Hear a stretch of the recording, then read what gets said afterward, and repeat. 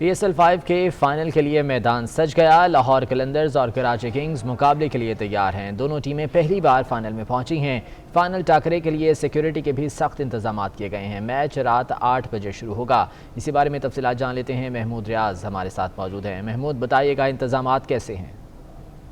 کراچی کے national stadium میں موجود ہیں، جہاں PSL 5 کا فائنل کا اسٹیج سجنے والا ہے۔ لاہور قلندرز اور کراچی کنگز کے درمیان جو ہے وہ مارکا ہوگا، اور بڑے تعطل کے بعد جو ہے وہ PSL 5 کے بقیہ میچز کیے گئے ہیں، اور یقیناً کراچی والے اس میچ کو گھروں میں بیٹھ کر تو انجوائے کر سکیں گے ٹی وی کے آگے، لیکن جیسا کہ دیکھیں کہ یہاں پر سخت سیکیورٹی کے انتظامات ہیں۔ کووڈ کی وجہ سے جو تماشائیوں کے بغیر یہ پلے آف مرحلہ ہوا ہے، جس کے اندر آج چوتھا میچ ہو رہا ہے فائنل کو انکلوڈ کر کے۔ پولیس کے SSU کے جو جوان ہیں سیکیورٹی ہائی الرٹ ہے، اور اگر ہم بات کریں کہ کراچی کنگز کے اماد وسیم اور لاہور قلندر کے سہیل اختر دونوں کپتان جو ہیں غیر ملکی کھلاڑی بھی ہیں۔ 8 بجے جو ہے یہ فائنل کا میلہ سجے گا، اور یقیناً چوکے چھکوں کی برسات ہوگی، جس کے بعد پتہ چلے گا کہ PSL 5 کا تاج جو ہے کس ٹیم کے سر پر رہتا ہے، کراچی کنگز ہوں گے یا لاہور قلندرز ہوں گے۔ ٹھیک ہے محمود ریاض، بہت شکریہ اپڈیٹ کرنے کے لیے۔ اور اب سیاسی میدان سے خبریں شامل کرتے ہیں۔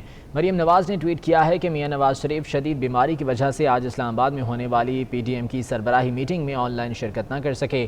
مولانا فضل الرحمان کی زیر صدارت PDM کے اجلاس میں میثاق پاکستان کی سفارشات کے لیے 5 رکنی کمیٹی قائم کر دی گئی، جس میں رضا ربانی، شہری رحمان، احسن اقبال، خرم دستگیر اور کامران مرتضیٰ شامل ہیں۔ اسی بارے میں مزید تفصیلات جان لیتے ہیں، ڈپٹی بیورو چیف عرفان ملک ہمارے ساتھ موجود ہیں۔ عرفان، بتائے گا کیا احوال رہا اس میٹنگ کا؟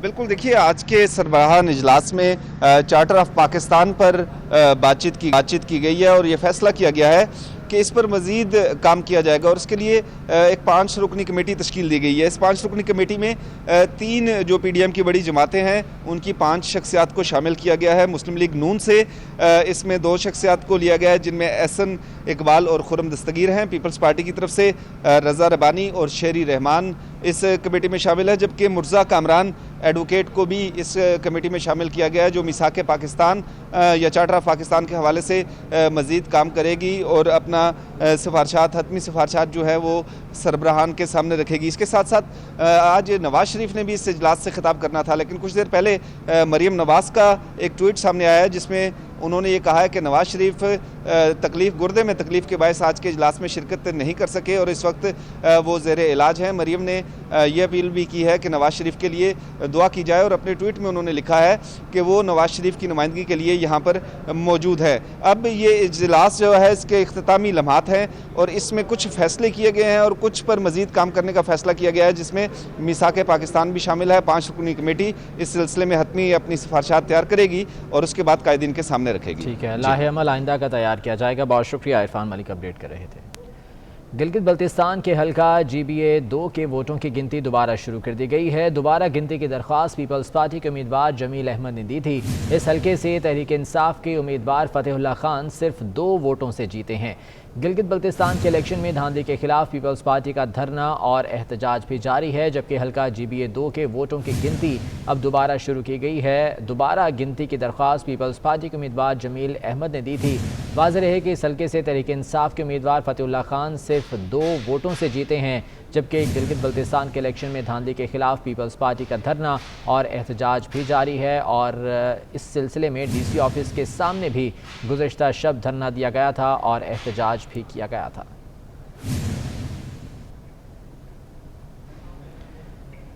جمعیت علماء اسلام فے نے گلگستان میں دوبارہ شفاف انتخابات کرانے کا مطالبہ کر دیا۔ سیکریٹری جنرل JUI فے مولانا عبدالغفور حیدری کا کہنا ہے کہ گلگت بلتستان میں 2018 عام انتخابات کی یاد تازہ کی گئی، انتخابات کے نام پر ڈرامہ رچایا گیا اور ووٹ خریدے گئے۔ 25 جولائی کی تاریخ دہرائی جائے گی، اور ہماری وہ بات صحیح ثابت ہوئی کہ جو الیکشن گلگت بلتستان میں ہوئے، رات کوئی امیدوار جیت رہا ہے اور صبح کو وہ ہار رہا ہے۔ ہمارے 4 سے 5 حلقوں میں بہتر پوزیشن تھی، لیکن ہمیں بھی باقی جماعتوں کی طرح ہروایا گیا۔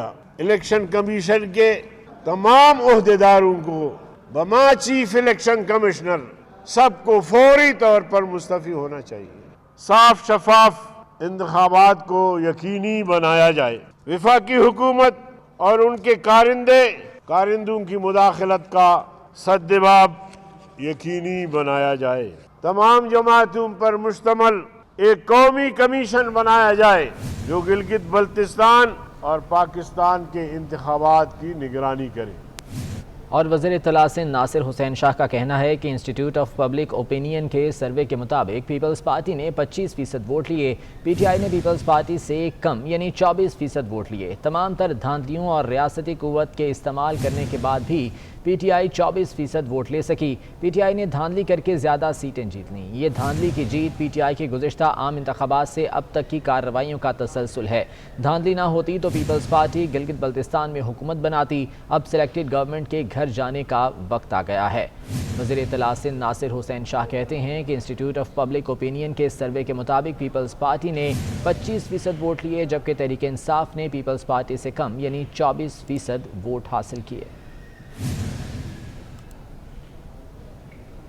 وزیر اعظم نے الیکٹرانک ووٹنگ سسٹم لانے کا اعلان کر دیا۔ کہتے ہیں الیکشن میں ماڈرن ٹیکنالوجی کا استعمال ہوگا۔ ایسا نظام لانا چاہتے ہیں جو ہارے وہ شکست تسلیم کرے۔ صاف شفاف الیکشن کی مہم ہم نے چلائی۔ 2013 کے الیکشن کے بعد 4 حلقے کھولنے کے لیے ہر جگہ آواز اٹھائی۔ معاملہ سپریم کورٹ بھی لے کر گئے۔ ڈی چوک میں 126 دن کا دھرنا بھی دیا۔ کہ پاکستان میں وہ اب ایک ایسا تاثر ہو کہ اگلا الیکشن جو ہو، اور ابھی آزاد کشمیر کا بھی الیکشن آ رہا ہے، یہ سینٹ کا الیکشن آ رہا ہے، یہ اب ایسا ہو کہ جو بھی ہارے وہ ہار تسلیم کرے۔ ہم پاکستان میں اب الیکٹرانک ووٹنگ لانے لگے۔ یہ الیکٹرانک ووٹنگ کی ہماری اب الیکشن کمیشن سے بات ہو رہی ہے، اور نادرا کا ڈیٹا لے کے انشاءاللہ یہ ایک سسٹم لے کے آئیں گے کہ جو ابھی تک پاکستان میں سب سے بہترین الیکشن کروانے کا سسٹم آئے گا۔ 2013 میں 133 لوگوں نے کہا کہ الیکشن میں بے ضابطگیاں یا دھاندلی ہوئی، اور ان میں سے ہم نے کہا تحریک انصاف نے کہ صرف 4 حلقوں کو کھول دیں، اور اس کے لیے پارلیمنٹ میں گیا، الیکشن کمیشن کے پاس گیا۔ ہم نے وہ 4 حلقے الیکشن ٹرائیبیونلز میں لے کے گئے، جدھر قانون یہ تھا کہ 4 مہینے میں فیصلہ ہوگا۔ ہم سپریم کورٹ میں گئے، سارے لیگل فورمز جو ہمارے پاس تھے سب دروازوں کے اوپر ہم نے دستخط دی، اور 1 سال تک ہم یہ کرتے رہے۔ جب 1 سال تک 4 حلقے نہیں گورنمنٹ تیار ہوئی کھولنے کے لیے، تو تب ہم نے پھر پروٹیسٹ شروع کی، اور 126 دن ہم نے یہاں اسلام آباد میں دھرنا دیا۔ وہ صرف اور صرف اس لیے دیا کہ ہم چاہ رہے تھے کہ الیکٹرل پروسیس ٹھیک ہو۔ یہ صاف اور شفاف الیکشن کی کیمپین میں چلائی تھی۔ مانسہرہ انتظامیہ نے نون لیگ کو کل کے جلسے کی اجازت دینے سے انکار کر دیا۔ انتظامیہ کی جانب سے موقف اختیار کیا گیا ہے کہ کرونا وائرس تیزی سے پھیل رہا ہے، جلسے سے لوگوں کے متاثر ہونے کا خدشہ ہے۔ اسی بارے میں مزید تفصیلات جان لیتے ہیں، زبیر اوان ہمارے ساتھ موجود ہیں۔ زبیر، انتظامیہ کی جانب سے کیا کہا گیا اس سلسلے میں؟ جی بالکل، انتظامیہ نے جو ہے مسلم لیگ نون کو صاف انکار کر دیا ہے۔ نوٹیفیکیشن جو ہے وہ جاری کر دیا گیا ہے کہ مسلم لیگ نون کرونا وائرس کے پھیلاؤ کی وجہ سے جو ہے مانسہرہ میں جلسے کو جو ہے وہ فی الفور معطل کر دے۔ یہ جلسہ کسی صورت جو ہے وہ نہیں کیا جا سکتا ہے، کیونکہ کرونا کا جو پھیلاؤ ہے وہ تیزی سے خدشہ ہے، اور اس سے کئی لوگ جو ہے وہ متاثر ہو سکتے ہیں۔ دوسری طرف اگر بات کی جائے مسلم لیگ نون کی، تو مسلم لیگ نون باضد ہے صبح کا جلسہ کرنے میں، اور تمام تیاریاں جو مسلم لیگ نون کی ہیں وہ مکمل کر لی گئی ہیں، اور مسلم لیگ نون کل کا جلسہ ہر حال میں جو ہے وہ کرے گی۔ جی زبیر اوان، بہت شکریہ اپڈیٹ کرنے کے لیے۔ رانا ثناء اللہ نے اینٹی کرپشن کا کریک ڈاؤن اور کرونا کیسز سب ڈرامہ قرار دے دیا۔ کہتے ہیں نیب اینٹی کرپشن کی پکڑ دھکڑ سے کوئی فرق نہیں پڑنے والا، ہر قسم کی بات پی ٹی ایم کے پلیٹ فارم سے ہوگی۔ سعد رفیق نواز شریف اور پارٹی کے بیانیے سے متفق ہیں، ہر کسی کو اپنے گناہ اپنے کندھے پر اٹھانے چاہیے۔ وہ لاہور میں میڈیا سے گفتگو کر رہے تھے۔ جس دن بات کریز سے نکلنی ہے نا، تو یہ پھر منٹوں اور گھنٹوں کی بات ہونی ہے، اور بات پھر ادھر سے ادھر چلے جانی ہے۔ اس لیے وہ یہ سارا ڈرامہ جو ہے یہ کر رہے ہیں، یہ خبریں، یہ پکڑ دکڑ، کبھی نیب، کبھی اینٹی کرپشن، کبھی ایف آئی اے، لیکن ان چیزوں سے کوئی فرق نہیں پڑے گا انشاءاللہ۔ خواجہ سعد رفیق صاحب کا یہ نام میں نہیں سمجھتا کہ یہ کیوں اور کس وجہ سے اور کہاں سے جو ہے وہ لیا جا رہا ہے۔ خواجہ سعد رفیق صاحب کی میرے ساتھ متعدد بار جو ہے وہ بات ہوئی ہے۔ خواجہ سعد رفیق صاحب میاں نواز شریف کے بیانیے سے، پارٹی کے سٹانس سے مجھے اتنے ہی متفق نظر آئے جتنا میں اپنے آپ کو محسوس کرتا ہوں۔ تو یہ ساری چیزیں جو ہیں یہ اب پی ڈی ایم کے پلیٹ فارم سے ہی ہوں گی۔ میں اس بات سے اتنا ایگری ہوں کہ کہ جو کسی کو لائے اسے واپس بھیجنا چاہیے. ہر کسی کو اپنا اپنا گناہ جو ہے نا اپنے اپنے کندھوں پہ اٹھانا چاہیے. ادھر پیپلز پارٹی نے کرونا وائرس کے پھیلاؤ کو روکنے کے لیے بڑے اجتماعات پر وفاقی حکومت کی پابندی کو نہ ماننے کا اعلان کر دیا. نفیسہ شاہ کہتی ہیں کہ حکومت چاہتی ہے پابندی کی آڑ میں پی ڈی ایم کے جلسوں کو روکا جائے. پشاور اور ملتان میں جلسے ہوں گے. اسی بارے میں آزاد نوڈیو کی رپورٹ دیکھیے. وفاقی حکومت کی جانب سے بڑے اجتماعات پر پابندی نامنظور. پیپلز پارٹی نے اپنا فیصلہ سنا دیا. پیپلز پارٹی کی مرکزی سیکرٹری اطلاعات نفیسہ شاہ اور صوبائی وزیر شیلا رضا نے بلاول ہاؤس میں پریس کانفرنس کی. کیا حکم نہیں ہوتا؟ کیا صرف اپوزیشن کے کیونکہ اس وقت دو بہت اہم اجلاس آ رہے ہیں، ایک پشاور میں 22 تاریخ کو ہو رہا ہے اور ایک 30 تاریخ کو ملتان میں، جو پاکستان پیپلز پارٹی کا بہت اہم دن ہے، یوم تاسیس کا دن ہے، بھرپور تیاریاں ہیں. اس لیے حکمرانوں کو یہ پتہ ہو کہ پاکستان پیپلز پارٹی ہو یا پی ڈی ایم کی ساری جماعتیں ہیں، ہم بالکل ذمہ دار ہیں. پورے ایس او پیز فالو ہوں گے، لیکن یہ سیاسی اجتماع ضرور ہوں گے. پی پی رہنماؤں نے گلگت بلتستان میں دھاندلی کا الزام بھی عائد کر دیا. ہم انشاءاللہ یہ ساری پٹیشنز کریں گے، جیسے چیئرمین نے کہا ایک ایک سیٹ پر ہم پٹیشن کریں گے، اور یہ جو وزراء کی خلاف ورزیاں ہیں ان کی پٹیشنز کریں گے. ہم اس الیکشن کو مسترد کرتے ہیں، اور اس کے ساتھ ساتھ میں جواب دینا چاہتی ہوں شفقت محمود صاحب کو، جنہوں نے یہ کہا چیئرمین کی بات پہ کہ آپ کا سی ایم کون ہے، کہ ہم کسی کو بھی سی ایم بنا لیں گے، ہمارا مسئلہ ہے. یہی تو ہم کہہ رہے ہیں کہ یہ جو کسی ہے نا، اس نے پہلے پنجاب کو مار دیا، وہاں وسیم اکرم پلس ہے. جب آپ اتنے بڑے صوبے میں وسیم اکرم پلس دے رہے ہیں تو ہمیں پتہ ہے وہاں پہ وسیم اکرم پلس پلس پلس پلس ہوگا. وزیراعظم عمران خان کی زیر صدارت وفاقی کابینہ کا اجلاس ہوا، جس میں کرونا وائرس سے بچاؤ کے لیے اشیاء کی امپورٹ پر ڈیوٹی اور ٹیکس معافی کی منظوری دی گئی ہے. مزید کیا کیا فیصلے ہوئے یہ جان لیتے ہیں. اویس کیانی ہمارے ساتھ موجود ہیں. اویس بتائے گا کابینہ اجلاس میں کیا فیصلے کیے گئے ہیں؟ کورونا وائرس سے بچاؤ اور روک تھام کے لیے اشیاء کی امپورٹ پر ڈیوٹی اور ٹیکس معافی کی منظوری دی گئی ہے، اور اس کے ساتھ جو کورونا سے بچاؤ اور اسمگلنگ کی روک تھام سے متعلق جو آرڈیننس میں اختیارات کی فراہمی کی منظوری بھی دی گئی ہے. میڈیکل اتھارٹی کے قیام کی منظوری دی گئی ہے، اور اس کے ساتھ جو اسلام آباد وائلڈ لائف جو مینجمنٹ بورڈ کی جو چیئر پرسن ہے سائدہ جو رائنا ہے، رائنا ان کی بھی جو تقرری کی ہے. ساتھ جو ہے پریس کونسل پاکستان کے ممبران کا جاری کرنے بات کی گئی ہے. پاکستان ٹیلی ویژن کارپوریشن کے اور جو بورڈ آف ڈائریکٹرز کی تشکیل 9 کا جو معاملہ ہے وہ موخر کر دیا ہے. نعیم جو بخاری ہیں ان کی جو چیئرمین تعیناتی کو سرا جا رہا ہے، لیکن ساز وزیروں کا کہنا ہے کہ اس سے مزید جو ہے بورڈ میں جو ہے وہ ممبران جو پرانے لوگ ہیں ان کو ایڈ کیا جائے. اس کے علاوہ جو دیگر جو معاملات ہیں گلگت بلتستان کے جو انتخابات ہیں اس پر جو ہے مبارکباد دی گئی ہے، اور جو سیاسی امور ہیں وہ بھی ڈسکس ہوئے ہیں. لیکن اس کے ساتھ جو ایجنڈا تھا، ایجنڈا آئٹمز ہیں، انہیں میکسیمم جو ہے اس کی منظوری دی گئی ہے. لیکن کورونا کے حوالے سے کافی تشویش کا اظہار کیا جا رہا ہے، اور یہ بات بتائی جا رہی ہے کہ جو بڑھتے ہوئے کیسز ہیں ان کو مد نظر رکھتے ہوئے جو ایس او پیز کی جو خلاف ورزیاں کی جا رہی ہیں اس پر فوری ایکشن کی جو ہے ہدایت کی گئی ہے. اور اس کابینہ کی میٹنگ کے بعد جو الگ سے جو وزراء جو سینئر وزراء ہیں ان کی بھی میٹنگ ہوئی ہے، اور اس میں جو سیاسی صورتحال ہے اس پر تفصیلی جو ہے وہ مشاورت کی گئی ہے. اویس بہت شکریہ اپڈیٹ کرنے کے لیے.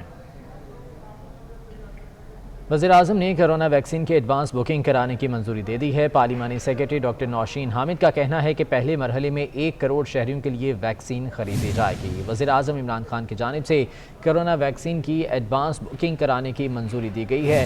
پارلیمانی سیکرٹری ڈاکٹر نوشین حامد کا کہنا ہے کہ پہلے مرحلے میں 1 کروڑ شہریوں کے لیے ویکسین خریدی جائے گی، اور اس سلسلے میں 2 ویکسین ساز اداروں سے بات بھی کر لی گئی ہے. وزارت صحت نے 1 کروڑ شہریوں کے لیے کرونا ویکسین کی بکنگ کی تجویز پیش کی ہے.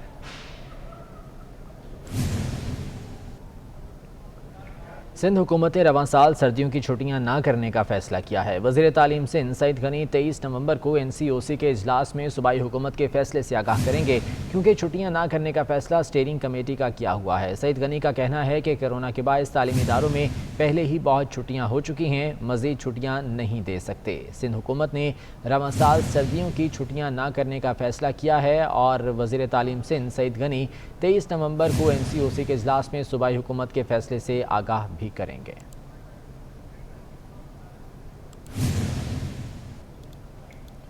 آزاد کشمیر میں کرونا کے بڑھتے کیسز کے باعث حکومت کی جانب سے 15 دن کے لیے مکمل لاک ڈاؤن کا فیصلہ کیا گیا۔ لاک ڈاؤن 21 نومبر سے 6 دسمبر تک لاگو ہوگا۔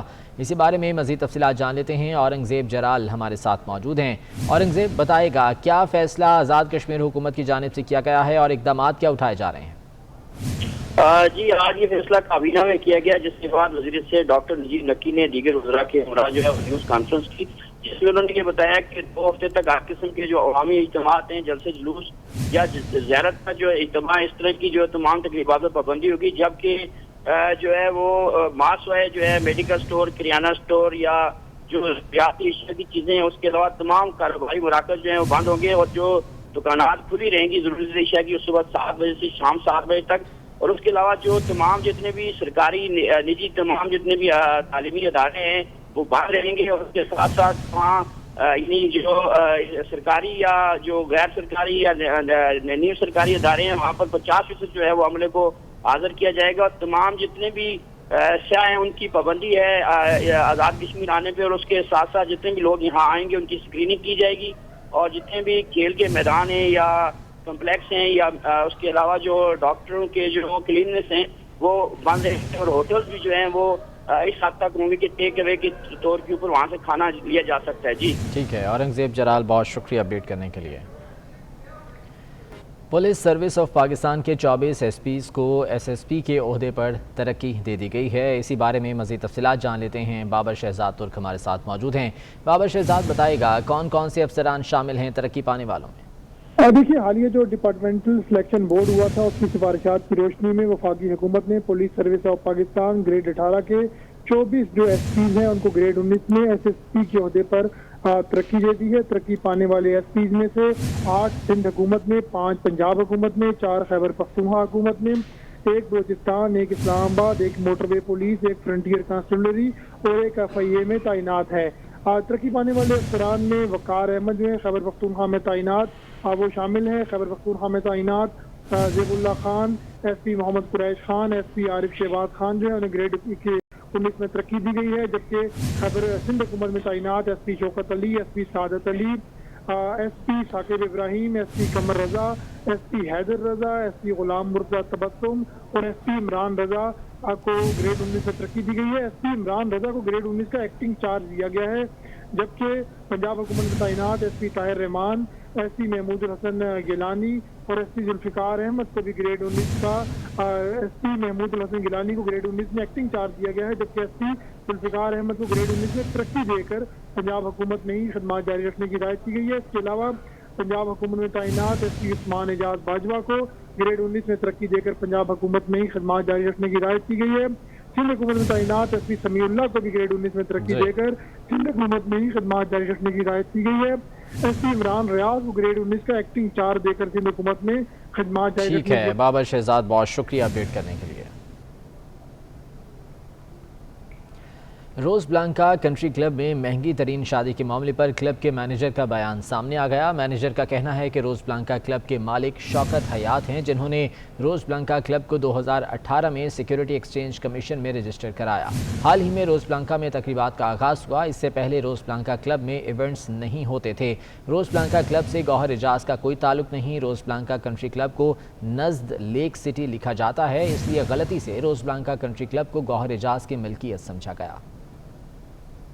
جو اس کے آنر ہیں، یہ کنٹری کلب جو ہے 2018 میں انہوں نے SCCP سے رجسٹرڈ کروایا۔ اس کے بعد انہوں نے جو ابھی آ کے اس میں ایکٹیویٹی سٹارٹ کی ہے، تو جب ایکٹیویٹی سٹارٹ کی ہے تو رجسٹریشن کا جو پروسیس انہوں نے عمل میں لیا ہے۔ اس سے پہلے اس کلب میں ایکٹیویٹیز نہیں تھیں، اس لیے اس کو وہ پراپر اس طرح رجسٹرڈ نہیں کروایا گیا۔ سیکنڈلی اس کا گوہر اعجاز صاحب سے کوئی تعلق نہیں ہے، وہ کیونکہ ایڈجسنٹ ٹو لیک سٹی لکھا جاتا ہے تو اس لیے یہ ایک غلط فہمی ہے، تو وہ اس کے آنر صرف شوکت حیات صاحب ہی۔ شوکت حیات صاحب تو روز بلانکا کنٹری کلب میں مہنگی ترین شادی کے معاملے پر کلب کے مینیجر کا یہ بیان سامنے آیا ہے۔ مینیجر کا کہنا ہے کہ روز بلانکا کلب کے مالک شوکت حیات ہیں، جنہوں نے روز بلانکا کلب کو 2018 میں security exchange commission of Pakistan میں رجسٹر کرایا۔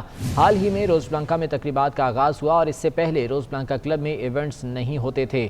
روز بلانکا کلب سے گوہر اعجاز کا کوئی تعلق نہیں ہے. روز بلانکا کنٹری کلب کو نزد لیک سٹی لکھا جاتا تھا, اس لیے غلطی سے روز بلانکا کنٹری کلب کو گوہر اعجاز کی ملکیت سمجھا گیا. واضح رہے کہ حال ہی میں مہنگی ترین شادی کے تقریبات کا انعقاد کیا گیا روز بلانکا کنٹری کلب میں, اور اس سلسلے میں FPR بھی متحرک تھا. پنجاب ریونیو اتھارٹی کی جانب سے نوٹس بھی بھیجا گیا تھا, تاہم اب روز بلانکا کے مینیجر کا یہ بیان سامنے آیا ہے.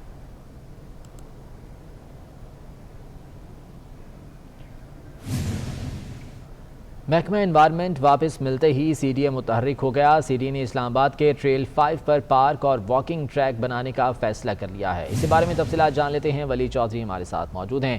ولید, کیا فیصلہ ہوا CDA کی جانب سے؟ جو میٹروپولیٹن کارپوریشن تھی اسلام آباد کی, اس سے جو شعبے واپس منتقل کیے گئے تھے CDA کے, تو اس میں سب سے سر فہرست تھا انوائرمنٹ کا شعبہ.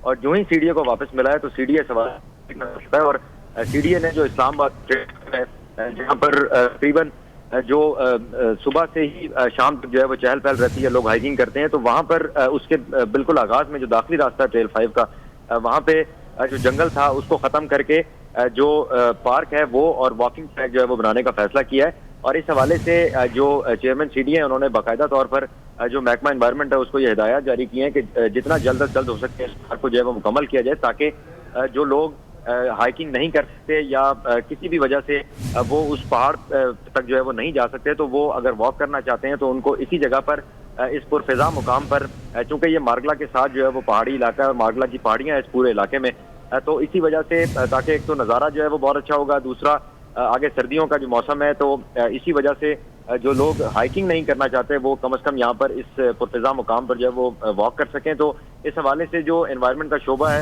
خاص طور پر جو یہاں کے ذمہ داران ہیں جن کے ماتحت یہ پورا علاقہ آتا ہے, انہوں نے جو اپنی ٹیمیں ہیں وہ وہاں پر لگا دی ہیں. جو جگہ ہے اس کی صفائی کی جا رہی ہے, اور ہمارے ذرائع کا اس حوالے سے یہ بتانا ہے کہ تقریباً 1 ماہ کے اندر ہی اس جو پارک ہے اس کو باقاعدہ ایک شکل دے دی جائے گی, اس جنگل کو ایک پارک کی, اور اس کے علاوہ جو واکنگ ٹریک ہے اس کو ٹریل 3, ٹریل 5 اور جو متصل اس سے علاقہ ہے ماگلا روڈ سے جو شارع دستور کا بالکل ایک آخری کونا بنتا ہے, وہاں تک اس کو لے جایا جائے گا. ٹھیک ہے, تو واکنگ ٹریک یہاں پر بنایا جائے گا. بہت شکریہ ولید اپڈیٹ کرنے کے لیے. اسلام آباد ریڈ زون میں رہنے والے سرکاری اور جوڈیشل افسران جنگلی جانوروں سے تنگ آ گئے. بلین ٹری کی دعوے دار حکومت میں بھی درختوں کی بے دریغ کٹائی جاری ہے. ریڈ زون مارگلا روڈ سے منسلک گھنے جنگل کو صاف کیا جا رہا ہے, جس کی وجہ سے جنگلی جانور آبادی کا رخ کر رہے ہیں, اور ریڈ زون میں رہنے والے سرکاری افسران, جوڈیشل افسران ان جنگلی جانوروں سے تنگ آ گئے ہیں. بلین ٹری کی دعوے دار حکومت میں بھی درختوں کی بے دریغ کٹائی کی جا رہی ہے. ریڈ زون مارگلا روڈ سے منسلک گھنے جنگل کو صاف کیا جا رہا ہے, جس سے جنگلی جانور آبادی کا رخ کر رہے ہیں.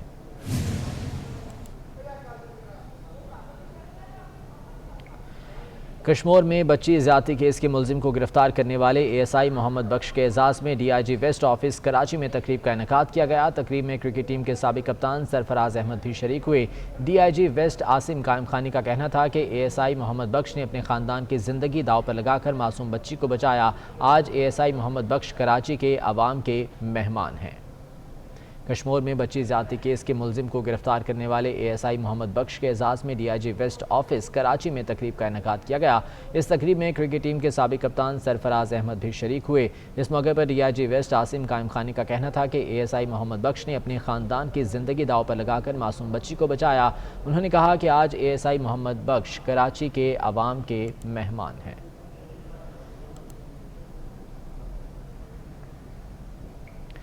گوجرانوالہ میں بچوں کو اغوا کر کے فروخت کرنے والی 3 خواتین کو گرفتار کر لیا گیا ہے. یہ کارروائی پولیس کی جانب سے کی گئی ہے. گوجرانوالہ میں جہاں بچوں کو اغوا کر کے فروخت کرنے والی 3 خواتین کو گرفتار کیا گیا ہے, ان سے مزید تحقیقات کا سلسلہ بھی جاری ہے. 2 خواتین نے بچوں کو گلی میں گھر کے باہر کھیلتے ہوئے اغوا کیا تھا. SP سول لائنز کے مطابق 2 خواتین نے 13 نومبر کو 6 سالہ ذوالقرنین کو اغوا کیا اور 1.5 لاکھ میں مہجبین کو فروخت کر دیا تھا. تاہم پولیس نے کارروائی کی ہے اور ان 3 خواتین کو گرفتار کر لیا گیا ہے, اور اس سلسلے میں مزید تحقیقات بھی کی جا رہی ہیں. پولیس کا یہ کہنا ہے کہ مزید گرفتاریاں بھی متوقع ہیں. زاہد اقبال رانا ہمارے ساتھ موجود ہیں, ان سے مزید جان لیتے ہیں. زاہد جانا بتائے گا کیا کہنا ہے پولیس کا اس کارروائی کے بارے میں؟ ہاں جی بالکل, گوجرانوالہ پولیس کی جانب سے ایک بڑی کارروائی کی گئی جس میں بچوں کو اغوا کرنے والی 3 خواتین کو اغوا جو ان کو گرفتار کر لیا گیا. پولیس کا کہنا ہے کہ اسی ماہ رواں مال 13 نومبر کو